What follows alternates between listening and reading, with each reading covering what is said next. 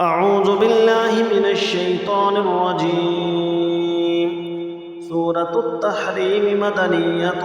بسم الله الرحمن الرحيم. يا أيها النبي لم تحرم ما أحل الله لك تبتغي مرضات أزواجك والله غفور رحيم.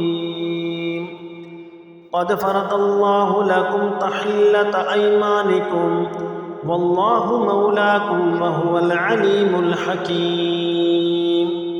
وإذ أسر النبي إلى بعض أزواجه حديثا فلما نبأت به وأظهره الله عليه أعرف بعده وأعرض عن بعض فلما نبأها به قالت من أنبأك هذا قال نبأني العليم الخبير. إن تتوبا إلى الله فقد صغت قلوبكما وإن تظاهرا عليه فإن الله هو مولاه وجبريل وصالح المؤمنين والملائكة بعد ذلك ظهير. عسى ربه إن طلقكن أن يبدله أزواجا خيرا منكن مسلمات مؤمنات قانتات تائبات عابدات صائحات سيبات وأبكارا. يا أيها الذين آمنوا قوا أنفسكم وأهليكم نارا وقودها الناس والحجارة عليها ملائكة غلاظ شداد لا يعصون الله ما أمرهم ويفعلون ما يؤمرون. يا أيها الذين كفروا لا تعتذروا اليوم إنما تجزون ما كنتم تعملون.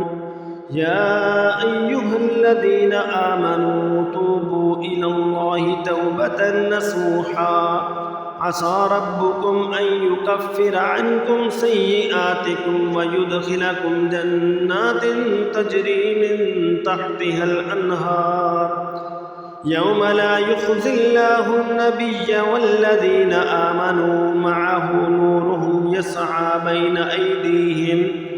بين أيديهم وبأيمانهم يقولون ربنا أتمم لنا نورنا واغفر لنا إنك على كل شيء قدير. يا أيها النبي جاهد الكفار والمنافقين واغلظ عليهم ومأواهم جهنم وبئس المصير.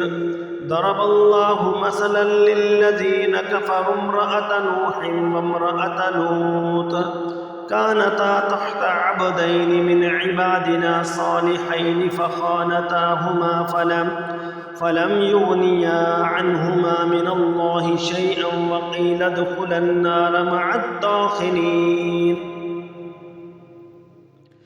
وضرب الله مثلا للذين آمنوا امرأة فرعون إذ قالت رب ابن لي عندك بيتا في الجنة ونجني من فرعون وعمله ونجني من القوم الظالمين.